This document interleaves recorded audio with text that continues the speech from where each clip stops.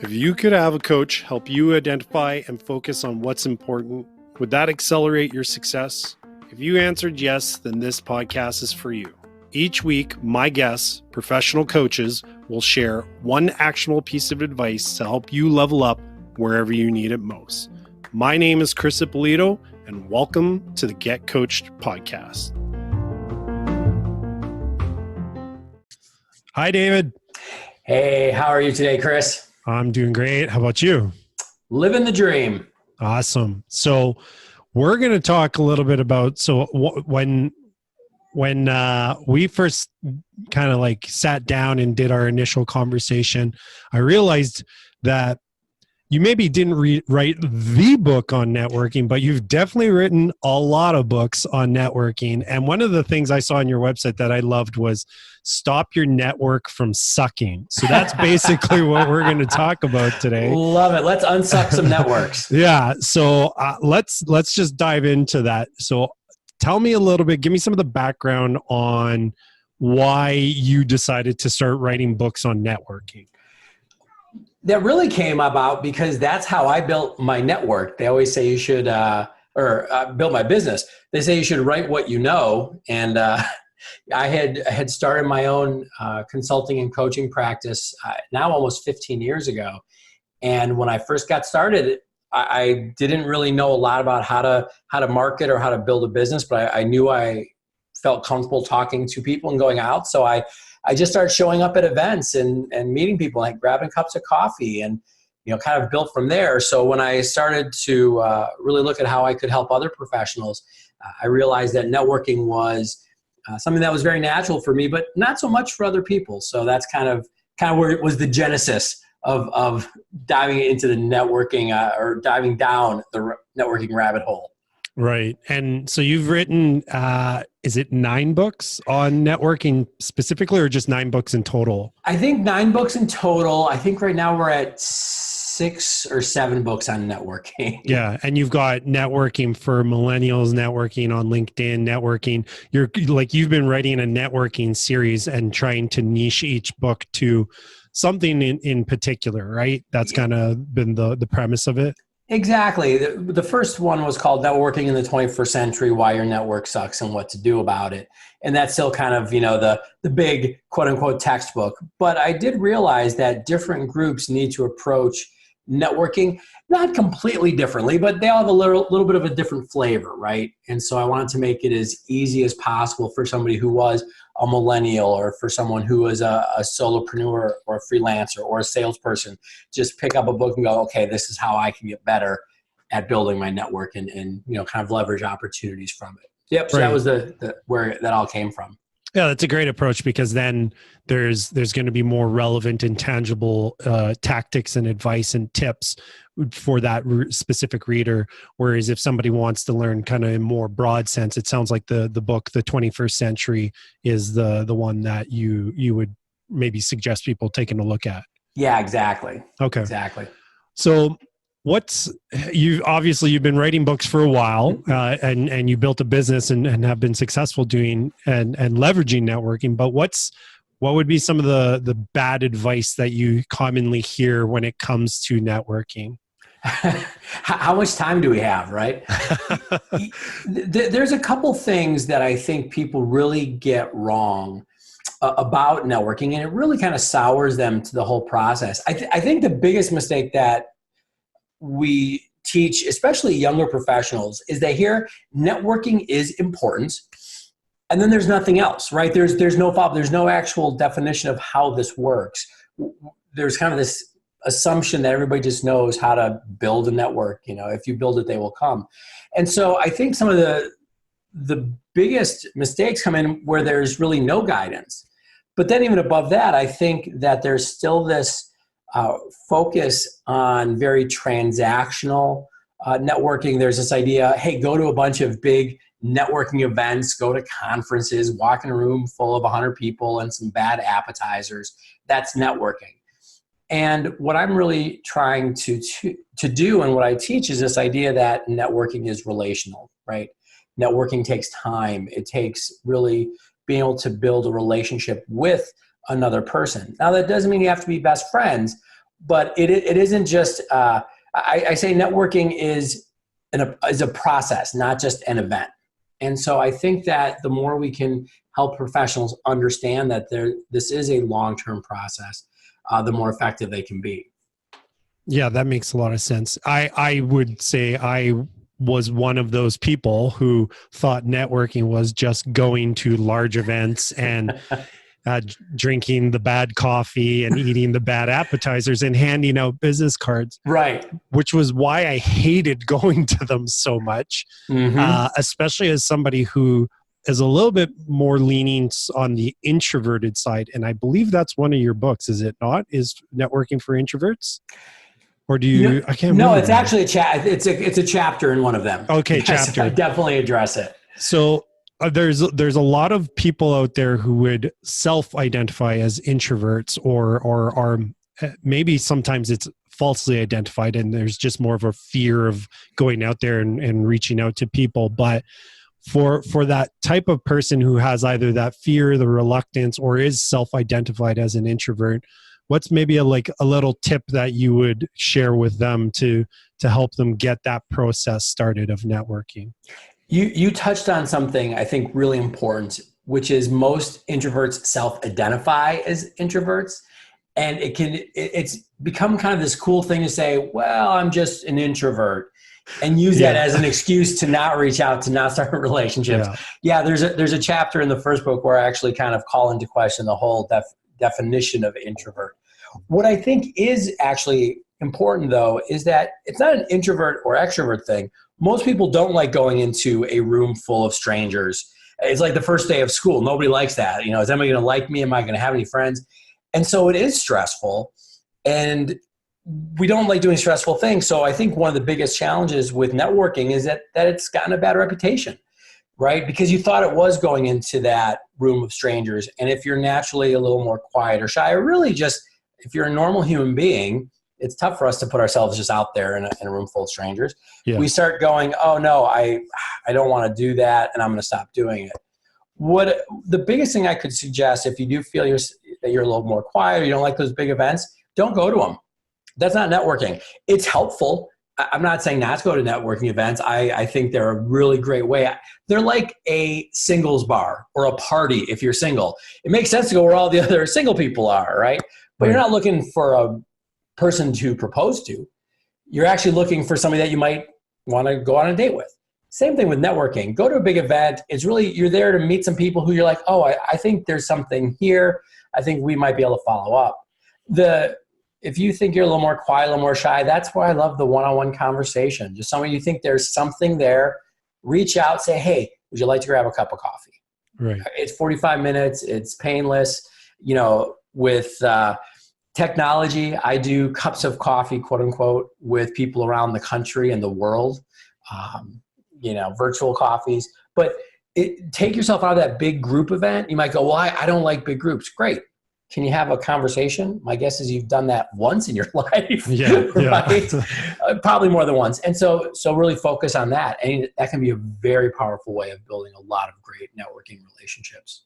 Yeah, I think that's a great idea, and allows me to segue fantastically into leveraging tools like technology tools like LinkedIn, as well as maybe not as commonly known, but an app called Shaper, which is Yep. the best way I can explain it to anybody who's not familiar with it is think of it as the Tinder for networking. Yep. You have like your single profile cards and you swipe left or right, depending on whether you want to potentially get matched up with that person.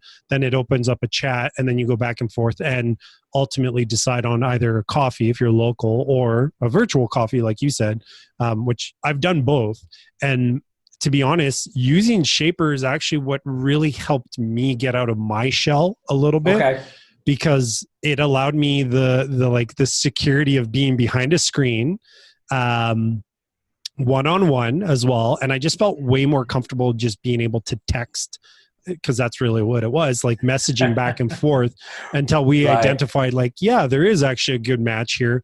Maybe we should go for coffee. And then it also helped me get over that reluctance of actually asking. that's the weirdest thing, I think, right? Like even like being young, I like correlating networking to dating, kind of like you said there. There's sometimes that reluctance of asking the girl out to go on a date. Do you Yeah, know what I for mean? sure. Because you're like, 100%. oh, fear of rejection.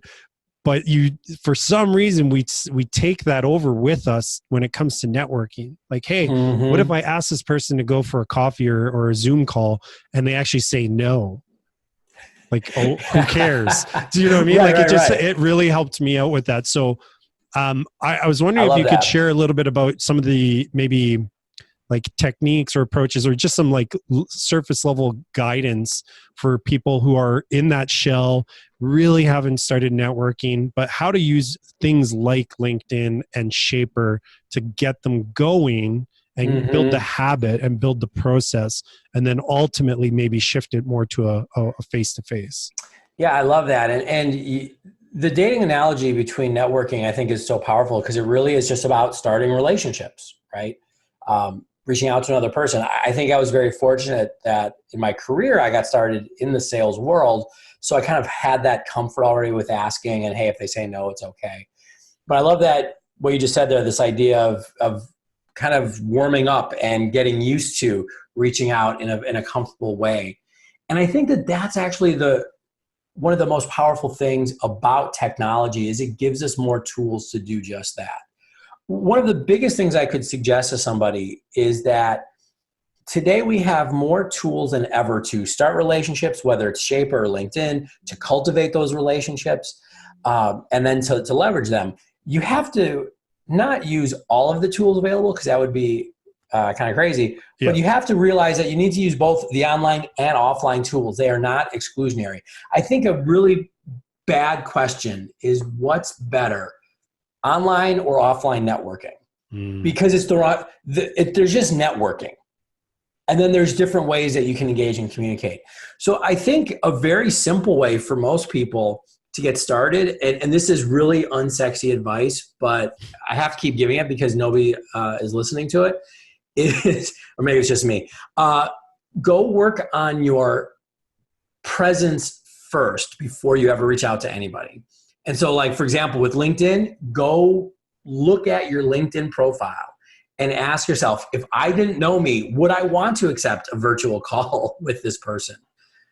It's so simple, but it's amazing how little effort and thought people put into the way they present themselves. I mean, just like an online dating app, right? Yeah. If you didn't have anything good on that online dating app, nobody's going to want to engage with you. No one will opt in. You have to do the same thing.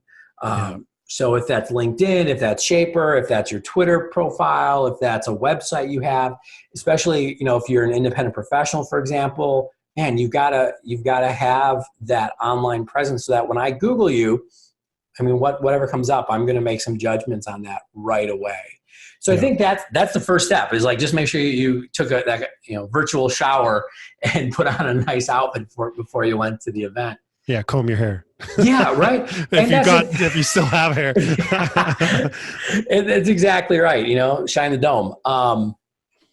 But we would never go to an offline event, excuse me, without taking some basic hygiene steps first. You got to do the same thing online, and Yeah. then I think the other thing is just getting involved in conversations. So this is, for example, a place where I really do love LinkedIn. Is you don't have to do one-on-one conversations right away, right? You can find people who are posting content, and there's some comments going on. You can throw your ideas in there. You can kind of just say, hey, here's my perspective. Same thing with sharing content, letting other people um, comment and kind of. That's actually one of the ways that I've met some really cool people in my network who I enjoy both personally and have actually brought professional opportunities to me, where it's literally like I saw stuff they were doing. I was like, hey, I really like what you're doing. That's very cool. And then we start a conversation and then things go from there. So I think Yeah. those are a couple things that you can do with the online world right away. Make sure you look good, make sure that you're engaging in conversations, and then build it from there, and make sure that it's just part of your overall networking. Yeah. I think that's great advice because, I don't even know what the default picture is for LinkedIn. I think it's just like a blue face or something like that. Yep. But Yeah, anytime I get a connection request and then I look at their profile and there's no person, there's no background image, there's no, or the quality of the picture is terrible, and I'm just kind of like, to me this just makes it look like you're not putting effort in. And it would be the same idea that as a, you know, as guys, which we're usually the ones courting, so if you were to just show up in scraggly hair and wrinkly shirt and you haven't bathed in a few days, your odds are not very good that you're gonna get that girl to accept your offer to go on a date. Right. So that's why that core, the examples that works so well is you Right. just, because it is a relationship, like you said, and you've got to put effort in, and you got to be willing to put like skin in the game, right? And I think putting effort in and time into your profile is in a sense putting skin in the game as far as you putting out there, right? Because that's how Exactly we right. connected. I reached out Yeah. to you on LinkedIn. I was looking specifically for business coaches, and sent a message, and we went back and forth and did a call, and now we're doing a podcast together, which that's networking, right? Like 100%. I mean, that's actually what I love about kind of technology and podcast. Excuse me. I actually run my own podcast. It's called Beer Beats in Business, and you'll notice that business is only 1/3 of the 2/3 of the things we talk about. It's networking. It really is just an excuse for me to be like, hey, and a lot of the people on it are already friends of mine, or sometimes they're new people, but it's an excuse, a reason to have that conversation and to keep continuing on, because we've used this word relationship a number of times, but if you think about what a relationship really is, it's shared time, it's shared interest, and it's shared conversation, right? yeah, So anytime you can figure out a way using technology, or again in the offline world, to move one of those things forward, you're going to get benefit from your yeah, networking. yeah. And so to go to the flip side, because we've mentioned technology as far as a tool that can help with this, what's some of the advice that you would give to probably the younger generations who have grown up and really rely almost too much on online presence? That's really how they interact with the world, is through Right. a screen of some sort, whether it's a mobile device or a computer. And they've got this like this crippling anxiety or fear around going out there and meeting people face to face. What would be Right. the advice for them to ease themselves into that world and doing more face to face networking? That's a really good question. And I think we're in the midst of an evolution in how we engage because of technology, and we're in the midst of, we don't really know what's going to happen, right? But I do think if you are, a younger professional, one of the biggest things you can do is actually get practice. There is no shortcut to developing some of these empathetic skills. Now, human beings, most of us have empathetic responses kind of hardwired into the way we engage, right? Human beings are social creatures. We have empathy. We know how to connect with other people. But, and this is a big but, it does require practice. It's actually like one of those skills that is innate, but also gets better with improvement. It's like we can all run, but if we run a lot, we're going to get better at it. Right. So one of the biggest things that I suggest to younger professionals is find opportunities to put yourself in places where you can practice. That might be going to an event. That might be getting involved, and I think this is a great thing. I was involved with something called the Young Professionals of Evanston when I was a younger professional.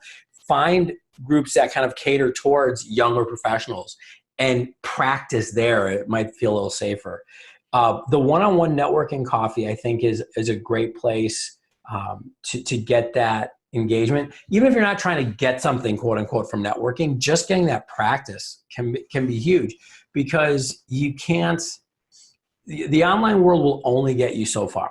And that's just, well, I think that's what we're finding. 10 years ago, people would be like, oh, we're all going to be pod people just sitting in little cubicles and Zoom calling everybody. Yeah. But that's just not happening. And I think, in fact, there's becoming a bit of a pushback now where people want that high touch. They want that human engagement because they realize that there's something really powerful to that can't be replicated online. Yeah, I 100% agree, because especially if your business involves a clientele that's outside of that generation. Mm-hmm. Let's talk about like the baby boomers who still currently hold the majority of the wealth in North America and maybe even the Yeah. world. So if your clientele is an older demographic, they're not going to want to just interact with you through digital. In fact, their preferred is eventually face to face. And from my experience, and maybe you'd have the same thing, is even the younger professionals who've had a lot of success, they actually prefer face to face, because there's a certain ability that those people have developed, which is in reading somebody, right? Oh yeah. And you can't read somebody as easily anyways, even on a Zoom call where you can see that person. There's something different once you're like in person with them face to face, that they're going to get a better sense of who you are and whether they want to do business with you. So it's like you said, it is a necessary skill to develop that takes time and practice. But if you ease yourself into it and, like you said, find a safe group or whatever it is, then you're going to eventually develop that to the point where you're just going to feel more and more confident and comfortable with it. That's exactly right. And I do think that it's important to be careful that you actually don't get trapped going, oh, the older generation still wants to have these face-to-face or in-person interactions, so I got to at least be okay for them. But then eventually, they'll retire from the workforce, and then I don't need them. What I see a lot happening, this is in networking. I do a lot of work with sales organizations. I'm going into, coach and consult and speak to them. And it's really fascinating to me to watch some of the younger sales professionals struggle, not necessarily just with selling, but with engaging and interacting kind of in the organization. And one thing that's kind of like an internal saying I have is like, that should have been a conversation, not an email, right? Because there's just so much, I don't care what age you are, human beings are human beings, right? It's a lot of evolution that got us to here. Yeah. So when you can harness that, kind of like you mentioned, the really successful people get how to harness those conversations. You influence better, you build more trust, more likability. All these things are really good. But it takes a little focus, because it is very easy to not do it, right? It is easy to hide behind our smartphones and our computers. Yeah. So you do have to make an effort for sure. Yeah, and the problem with it is it feels like you're networking, because you are. Feels great. But it feels like you're like, well, yeah, I'm networking, I'm doing great. But if you completely ignore the face to face, it's going to stall out eventually, and it's never really going to take you to the level that you want it to get to. And I'm really speaking from experience, because I was that person who relied exclusively on my mobile device and my computer. All I was doing was Shaper conversations and video calls, and I was like, I'm networking. And for a certain group of people, I'll never be able to see them physically because of just geographical locations. But when I connected with somebody locally, I forced myself to go for coffees, because I knew I needed to keep developing and working that skill set. And it was super fascinating for me, because the video calls were great, the chats were great, and then all of a sudden we sat face to face, and I was like, there's something about this person that's just now all of a sudden not sitting well with me. And I couldn't put my finger on it. Not that they were a bad person, but it was like, I don't think I want to do business with this person. And we stayed, there was still a friendship in a sense, like acquaintance, and we stayed in contact. And then as that relationship developed over time, I started seeing what it actually was. I was like, they're right. So unreliable. Like they don't follow through. Like there was just all these, my gut was telling me something from the get-go. Right. I couldn't put my finger on it, but over time it revealed itself. That's why the face-to-face is so important.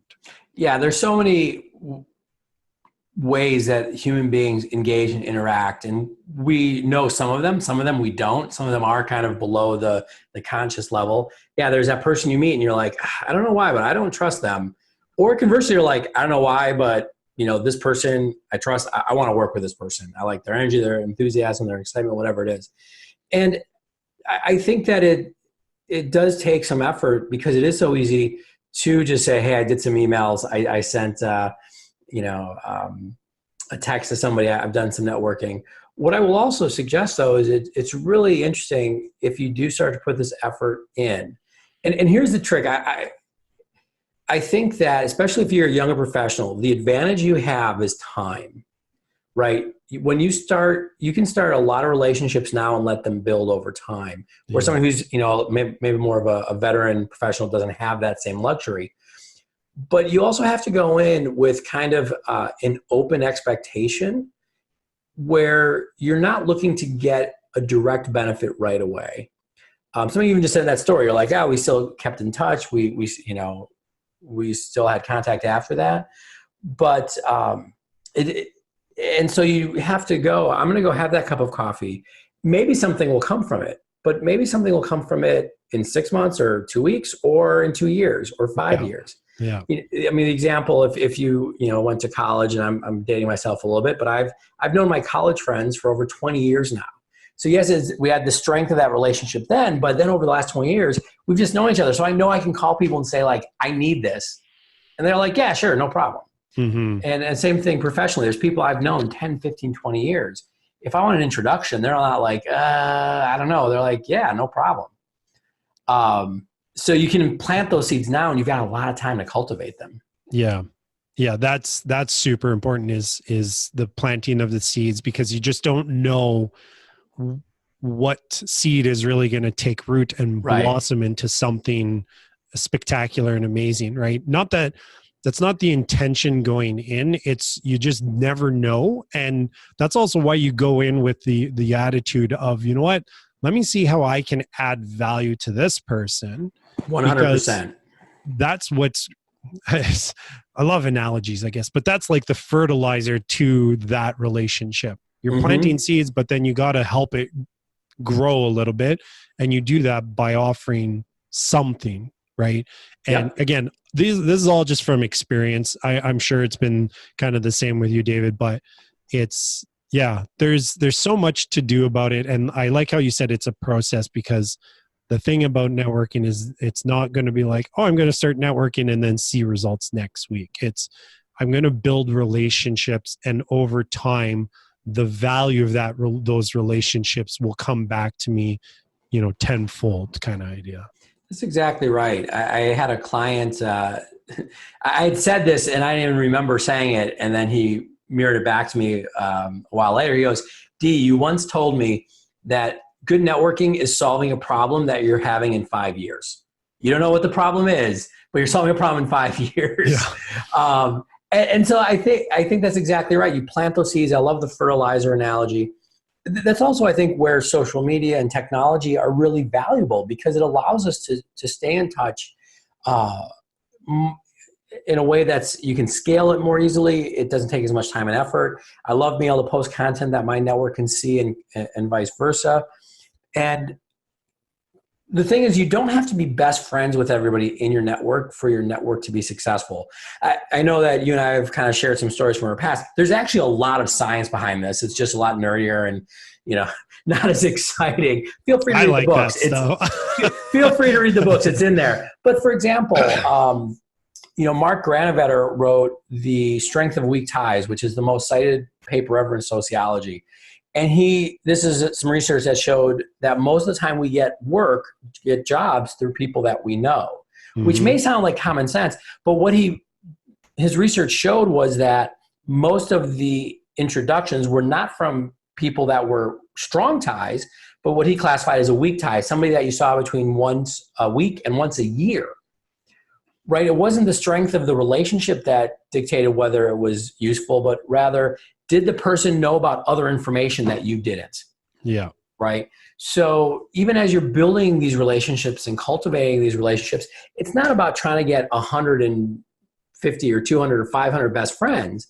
it's having those acquaintanceships and, kind of staying in touch. I often talk about light touches on social media, like LinkedIn. It's just a light touch. It's like hey, how are you? You're just waving your hand every once in a while.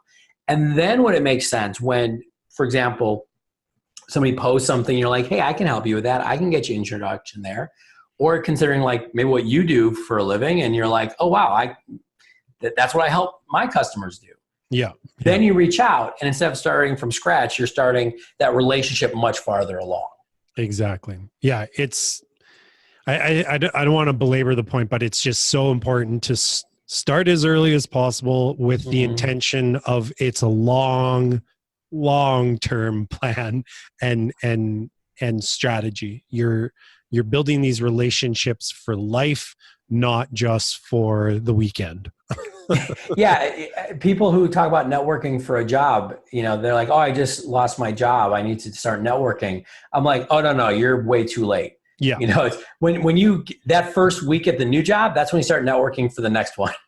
Yeah, exactly. It's one of those things you got to start it before you actually need it, right? There's a lot of things in life like that, but networking is a big one. Best time to fix the roof is when the sun is shining. Exactly. I like that one. So to wrap things up, because we've talked a lot about networking and I loved it. There was a lot of great content there. So the goal is always to try and have that one actionable takeaway item for the audience to go and like, what's that one thing that they should start such that it's going to improve their network and their networking abilities. So coming out of the conversation that we just had, what would you say is that one thing that they should focus on to really get themselves heading down the right path when it comes to networking? Yeah, based on what we were talking about, I think the biggest thing I would suggest is focus on having one conversation a week. If that's an in-person cup of coffee, that's ideal, but it could be a Zoom call. It could be with somebody you've just met at a networking event. It could be with a colleague that you kind of know, or, but maybe not that well, or hey, it could be with one of your good friends if you're still just getting comfortable with it. But if you have one cup of coffee, one lunch, one conversation a week, that's 50 conversations a year. Good things are going to come out of that. I like that. And just to make sure that we're setting the bar really, really low so that people can be successful, keep that conversation to 15 minutes or less. So, love it. Yeah. Right. Because 15 minutes, if you ask somebody for 15 minutes of their time, they're way more likely to say yes than if you start asking for 30 plus.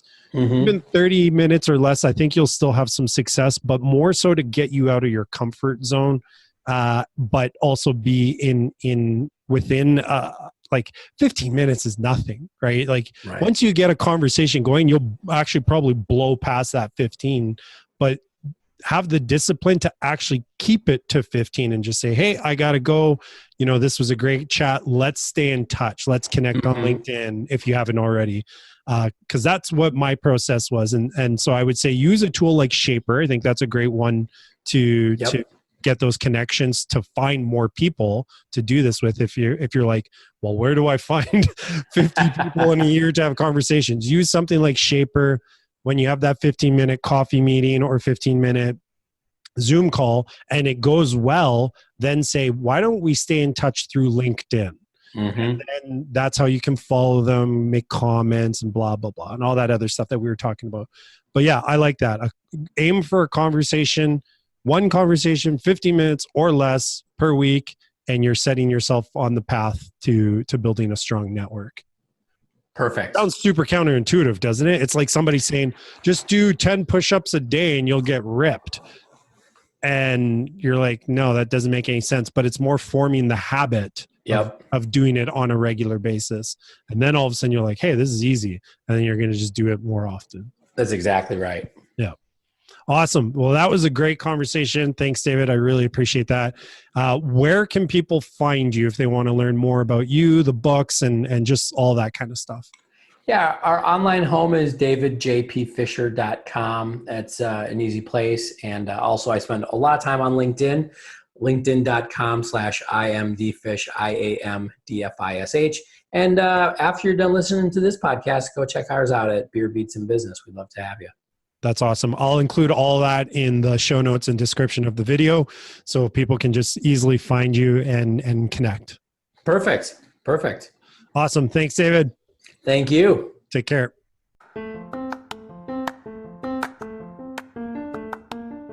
Thanks for listening to the Get Coached podcast. If you're looking for more information, you can head over to our website, which is getcoachedpodcast.com. You'll find the show notes for this and every other episode there. And if getting actionable advice every week from professional coaches is something you want more of, then make sure to subscribe so you don't miss any future episodes.